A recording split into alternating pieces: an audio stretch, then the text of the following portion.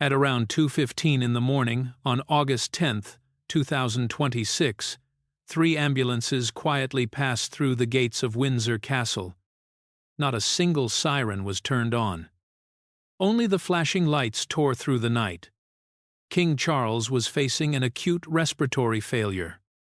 The entire palace was immediately put on red alert. The medical team raced against every second to control the situation, while Prince William was immediately awakened to prepare for the worst possible scenarios. But right when the entire monarchy was in a panic, Queen Camilla was doing something completely different. She was holding a phone. She did not call the chief doctor to ask about the condition of her husband. She certainly did not call to inform the children of the king. Instead, the call at 2:45 that morning was carefully encrypted and connected straight to the hotline of her personal financial lawyer. You might wonder why a wife would rush to a lawyer when her husband was fighting for every breath. The answer is very practical. Camilla knew well that if the reign of Charles ended tonight, William would show her no mercy. A plan to disperse assets worth tens of millions of British pounds was quickly activated right in the shadows. You might think about whether a person facing the life and death boundary of their partner would worry for their health, or immediately find ways to disperse assets to protect themselves. Please leave a comment below. Press key 1 if you believe in family bonds, and press key 2 if you understand that, in this royal palace, money and power are the only amulets. And to understand why, during the critical moment of the king, Camilla, instead of staying by his side to care for him, hastily called her financial lawyer in the middle of the night, we need to delve into what happened exactly 24 hours after the ambulance sirens that night. The silence covering Buckingham Palace and Windsor Castle after the king was hospitalized was not the peace of a worried family. It was the calm before a financial storm, calculated down to the smallest detail. On the morning of August 11, 2026, the medical situation of King Charles became extremely complicated. A secret report from the royal medical team showed that his blood oxygen levels had dropped sharply. To protect the most vital internal organs from further failure due to oxygen deprivation, the doctors made a landmark decision: to use high-dose sedatives. Within just a few minutes, the king officially fell into a mild coma. He completely lost his cognitive abilities, could not communicate, and of course, could not manage any affairs of the kingdom. For the public and the United Kingdom, this was a national tragedy that needed prayers. But for those inside the power system, the unconsciousness of the monarch created an absolute vacuum in terms of control. Queen Camilla immediately took advantage of that vacuum, using a supreme legal tool that few noticed: a special power of attorney. This was not an ordinary letter of authorization. It was a tremendously powerful document that King Charles had trustingly signed a few years prior, granting her full authority to make decisions and handle internal affairs as well as personal finances in the event he lost medical capacity. Ideally, in these heated moments, this power of attorney should have been used to maintain family stability or handle medical bills and logistics, but she did not use it to manage the daily affairs of the palace. She had another goal, much larger and far more urgent. The true target of the Queen was not state money or the government treasury. She also did not foolishly touch the Duchy of Lancaster Fund, the massive royal estate that provides annual income for the king, but is strictly controlled by Parliament and a series of transparent legal regulations. Camilla aimed straight for an easier target: the secret personal investment account of King Charles. This account was held at the prestigious bank Coutts and Company.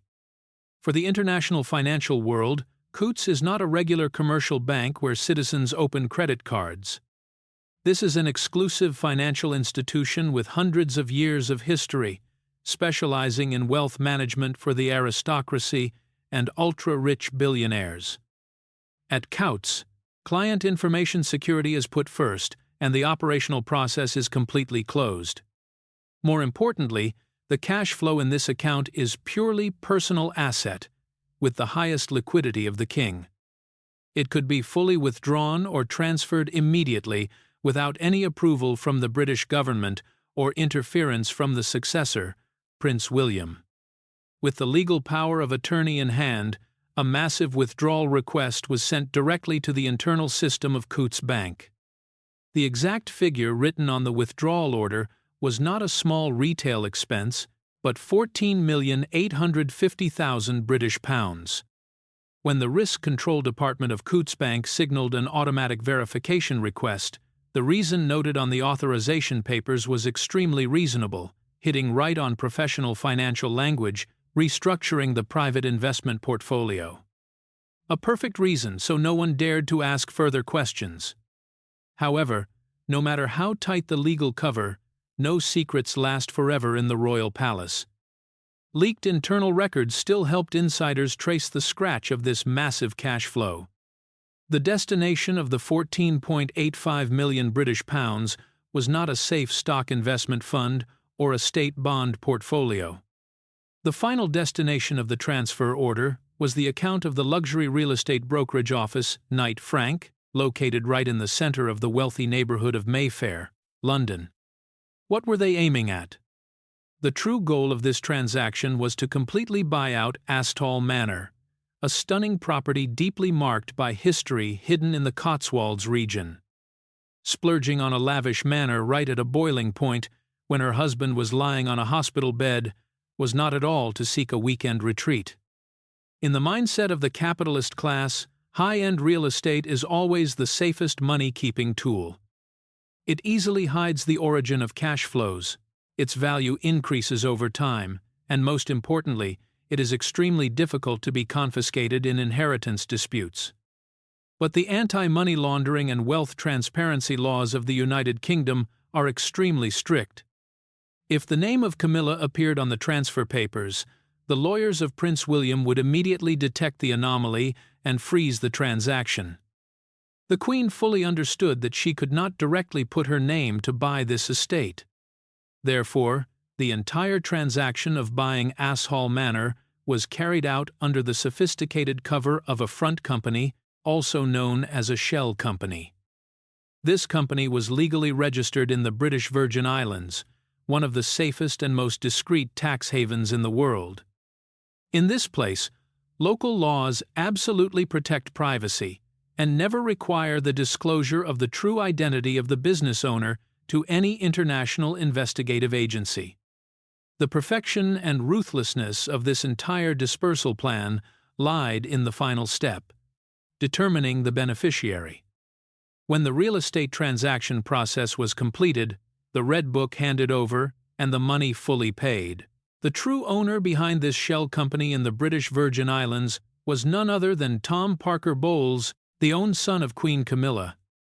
This was a sophisticatedly calculated asset dispersal move, leaving no legal flaws. Look at the big picture of the royal power chessboard. If King Charles could not survive and his reign closed tonight, this 14.85 million British pound estate would completely belong to the ownership of the private family of Camilla. This move placed the entire massive asset completely out of reach of the Royal Succession Act. Because the tens of millions of pounds in cash had been transformed into real estate and legally owned by an independent foreign business entity, Prince William would not have any legal basis to intervene. Even if William ascended the throne tomorrow, wore the crown, and held all the power of the United Kingdom in his hands, he could not possibly bring lawyers to the Cotswolds to recover that money from the family of his stepmother. The British court would have no jurisdiction to resolve an asset owned by a foreign company, bought with the legal personal money of the king before his passing. The plan had been drawn up, ready for a long time, and the execution process happened at breakneck speed to race against the increasingly weakening heartbeat of King Charles on the life monitor. Exactly at 2:30 in the afternoon on August 12, 2026, the first step of this gamble was successfully carried out. The initial deposit, worth 1.5 million British pounds, was stealthily transferred through the secure payment gateways of Coutts Bank and landed safely in the escrow account of the seller. Currently, The faction of the Queen is only waiting for a single transfer order for the remaining massive amount to officially close this acquisition. While the whole world is holding its breath following every brief medical bulletin broadcast from Windsor Castle, an asset transfer worth tens of millions of pounds has been successfully activated right in the shadows, preparing for a post-decline power struggle. But 15 million British pounds evaporating from the personal account of a monarch is not a needle in a haystack that can be easily hidden. Although this transaction was carried out under the strictest security layers of Coutts Bank, any massive cash flow movement within the royal family creates underground tremors in the financial system. Camilla is an extremely seasoned media strategist. She knew well that in the era of information leaks, to hide an asset dispersal, trying to silence those in the know or erase paper trails, is not enough. The best and most ruthless way to cover up a secret is to create another louder scandal to completely distract public opinion. She needed a scapegoat, a perfect meat shield to attract all the spears of the press. And on the chessboard of the United Kingdom right now, no one has better media pull, the ability to create controversy and attract clicks than the Princess of Wales, Catherine. On the morning of August 13, 2026, while the British public was still anxiously following every medical bulletin and praying for King Charles, an exclusive article with the destructive power of a bomb appeared prominently on the front page of a leading tabloid.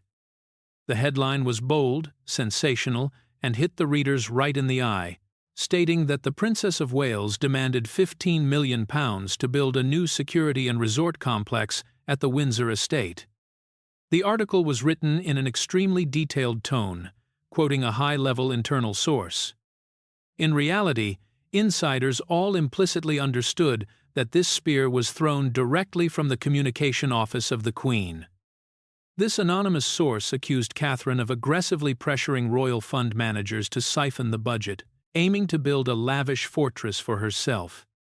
The article described her as an opportunist, hungry for power, and completely ignoring the reality that the king was hospitalized in a critical condition. The fact that the figure of £15 million was tossed around in the press was not a silly coincidence at all. In American media crisis management circles, this is called the dead cat strategy, a classic smokescreen technique. It was designed to legitimize the figure being transferred. If any rumors leaked out about the movement of the £14.85 million being transacted at Coutts, the public, the press, and even financial investigators would be automatically manipulated to link that cash flow to the frivolous construction project of Catherine instead of thinking about the Queen buying real estate to disperse personal assets. Immediately, public opinion exploded exactly according to the orchestrated script. Catherine, who was already exhausted from sleepless nights worrying about the health of her father-in-law and having to single-handedly shoulder the psychological protection of her 3 young children amidst a shaking monarchy, suddenly became the center of a cyberbullying storm. On media platforms, people criticized her as selfish, cold, and only caring for personal interests. Facing this ruthless wave of outrage, Catherine chose a deeply painful decision: silence. She refused all advice to fight back from her legal team. She patiently endured the injustice because she fully understood that any public media war breaking out right now would only deepen the division of the royal family and directly disrupt the resting of the king. However, in this royal political chess game, Camilla made a fatal miscalculation. She could easily manipulate the press, could push Catherine into a corner, but she could not slip past the hawk eyes of Princess Anne. As the younger sister of the king, Anne is not only the most hard-working royal member, but also the one holding the role of unofficial advisor, yet possessing the greatest underlying power of the monarchy. To Anne, the survival and integrity of the royal institution always stand above the interests of any individual, including the Queen. On the evening of August 13th, the automatic risk alert system of Coutts Bank sent a red report about an anomaly in the personal trust account. Normally, these high-level risk reports would take weeks to pass through administrative barriers. But with her own private financial intelligence network built over decades, Princess Anne immediately received the information and personally reviewed this file. Without needing cumbersome procedures, she demanded a lightning-fast audit. With her sharp intuition, Anne did not take long to see through the layers of transactions. Her team stripped away the sophisticated cover of the shell company registered in the tax haven of the British Virgin Islands. And from that mess of complex legal paperwork, the final beneficiary name of the £14.85 million real estate was brought to light: Tom Parker Bowles. Without hesitating for another second, that very night, Princess Anne took the evidence file straight to the private residence to confront Camilla. She exposed the entire money transfer ring and demanded an explanation for the act of gutting assets right while the king was unconscious. But contrary to expectations of panic or denial, Queen Camilla just calmly stood there, not trembling in the slightest. She looked straight into the eyes of her powerful sister-in-law, slightly smirking to create a cold, sarcastic smile. In a sharp and completely unapologetic tone, Camilla declared that it was the money her brother had personally approved to secure her future, that she needed a guarantee for herself as his final days were approaching, and that the money served her safety, not to be squandered on the frivolous building projects of his beloved daughter-in-law. That statement was not only a blatant admission of the act of asset dispersal, but also a vicious psychological blow. Camilla even proudly used the very smear article against Catherine that she pulled the strings on as a shield to justify her greed. She wanted to assert that she herself was the one holding the upper hand in this media war. But this ultimate arrogance and morally defiant attitude was the drop that overflowed the glass, officially igniting an uncompromising war to depose all remaining power of the Queen. The complacency of Camilla behind closed doors was not only a strategic mistake, but it directly detonated a bomb with the greatest destructive power in the monarchy, the extreme outrage of a future king upon witnessing the wife he loved most being ruthlessly trampled. For many years, William had always maintained a measured attitude towards his stepmother, keeping a fragile peace for the sake of the royal family and for his father. But there is a red line that no one is allowed to cross. Camilla crossed that line when using Catherine as bait for media violence, touching the deepest wound of William regarding what the press had once done to his biological mother. That morning began with a suffocating silence enveloping the entire palace. When William stepped into his private office, his footsteps suddenly halted. In the corner of the room, Catherine was sitting there quietly, her eyes red and exhausted in front of the computer screen, where thousands of malicious comments were continuously targeting her. The patient endurance of Catherine, sacrificing her ego to protect the resting of the king, felt like a knife stabbing straight into William. Right at that moment of extreme tension, the office door swung open. Princess Anne walked in, her face hardened. Without a single introductory word, she forcefully threw a stack of documents bearing the secret seal of Coutts Bank onto the table. The numbers, transaction codes, and the name of the shell company in the British Virgin Islands exposed the entire dark truth. The final puzzle piece of the crime picture fit perfectly. The smear article about Catherine was not simply a personal vendetta, it was a blood shield, a sophisticated play staged to distract the compliance-checking department of the bank and public opinion. The plan of Camilla was very clear. When all eyes were focused on the fake outrage directed at Catherine, she could quietly and successfully execute the transfer order for the remaining massive amount of £13.35 million British pounds. The deadline for the bank to disperse before the interbank payment system closed was late this afternoon. If that deadline passed, the transaction to buy Asthall Manor would be automatically cancelled, and the entire asset dispersal plan would go down the drain. As the clock hands slowly ticked towards the end of the day, there was only an extremely short amount of time left before the bank deadline. Without notifying anyone in the secretarial staff, William and Princess Anne took long strides along the silent corridors of the castle, heading straight to the special treatment area of King Charles. There was no more hesitation or apprehension. They understood that if not stopped in time, the asset worth tens of millions of pounds would evaporate forever, and the honor of Catherine would be permanently stained by a sin she never committed. As they pushed open the thick hospital room door, a scene unfolding inside made both of them stop dead in their tracks. King Charles was lying on the bed, his body emaciated and surrounded by a web of medical equipment. The effect of the high-dose sedatives left him only in a half-awake, half-comatose state, his eyes lifeless and completely unaware of what was happening around him. But right next to the hospital bed, Queen Camilla was not holding his hand to pray for her husband. She was leaning forward, one hand holding a piece of paper, the other hurriedly shoving a fountain pen into the trembling fingers of the king. She continuously whispered into his ear with urgent promptings, forcing him to sign the paper placed on the mattress. That was not a will or medical authorization document, but the final disbursement confirmation following the strict procedural requirements of Coutts Bank to transfer the sum of 13.35 million British pounds. The deliberate exploitation of a monarch who had completely lost his behavioral capacity to coerce the signing of a financial document to disperse assets was an action that crossed all moral boundaries. Unable to endure it for another second, Princess Anne strode forward, immediately cutting off the shady action of the Queen.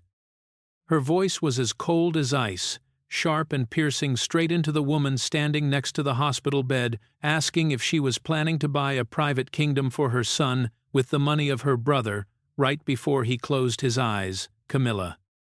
Caught red-handed right on the spot and having her entire plot exposed, Camilla was momentarily stunned. The depths of her eyes flashed with panic upon seeing the stack of secret files from Coutts Bank in the hands of Princess Anne. But with the survival instinct of someone who had climbed to the peak of power at all costs, Camilla immediately changed her tactics. She dropped the pen, took a step back, shedding her manipulative exterior to don the role of a weak, pitiful victim.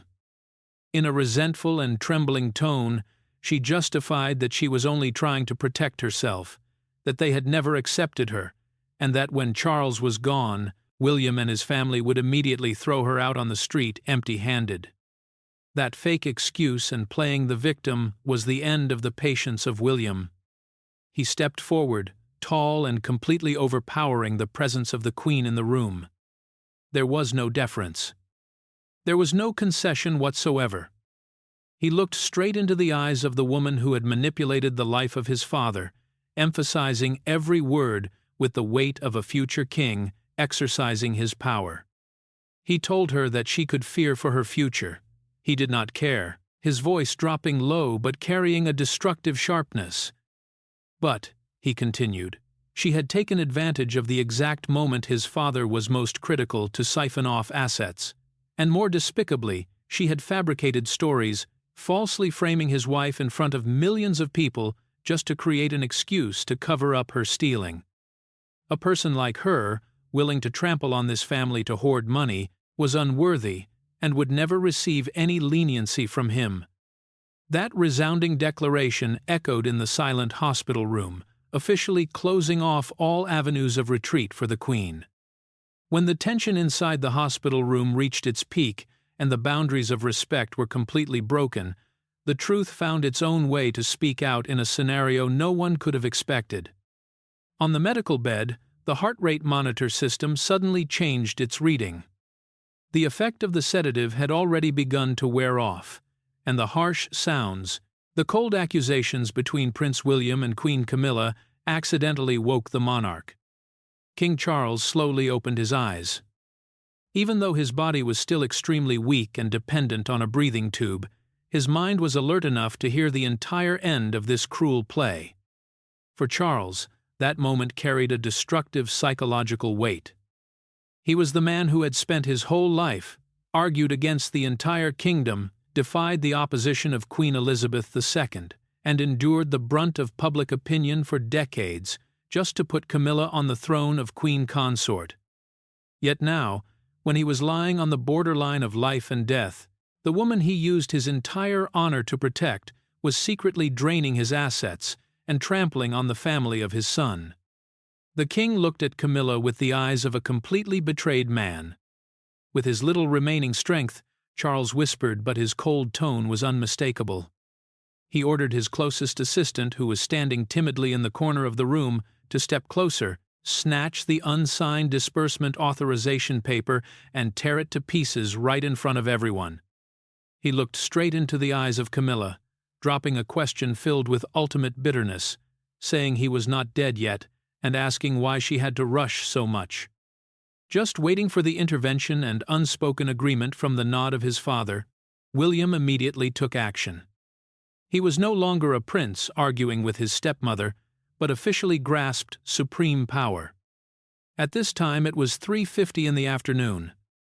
There were exactly 10 minutes left before the interbank payment system would automatically close, and the transfer order of 13.35 million British pounds would cross the borders of the United Kingdom, forever unrecoverable. Without hesitation, William immediately activated the privileges stipulated in the Regency Act. This is the law that allows the heir to the throne to take full legal control of executive and financial decisions when the monarch is severely ill and incapacitated. William picked up the phone and made a direct call to the secure line of the Chief Executive Officer of Coutts & Company Bank. In the name of the sole legal representative of the British royal family at the current moment, he ordered the immediate freezing of all transactions, accounts, and access rights related to the office of Queen Camilla. The system of Coutts immediately went on red alert. The massive sum of 13.35 million British pounds was intercepted by the cybersecurity system of the bank right at the gateway of the payment center, just minutes before it could be dispersed into the account of the shell company.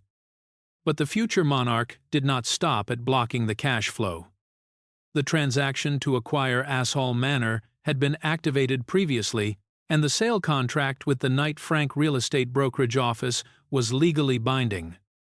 The fact that the British royal family unilaterally cancelled the transaction at the last minute meant they would breach the contract and lose the entire 1.5 million British pounds deposit that was already in the escrow account of the seller. For the royal family, 1.5 million pounds is not a figure that can be easily erased from the books without explanation.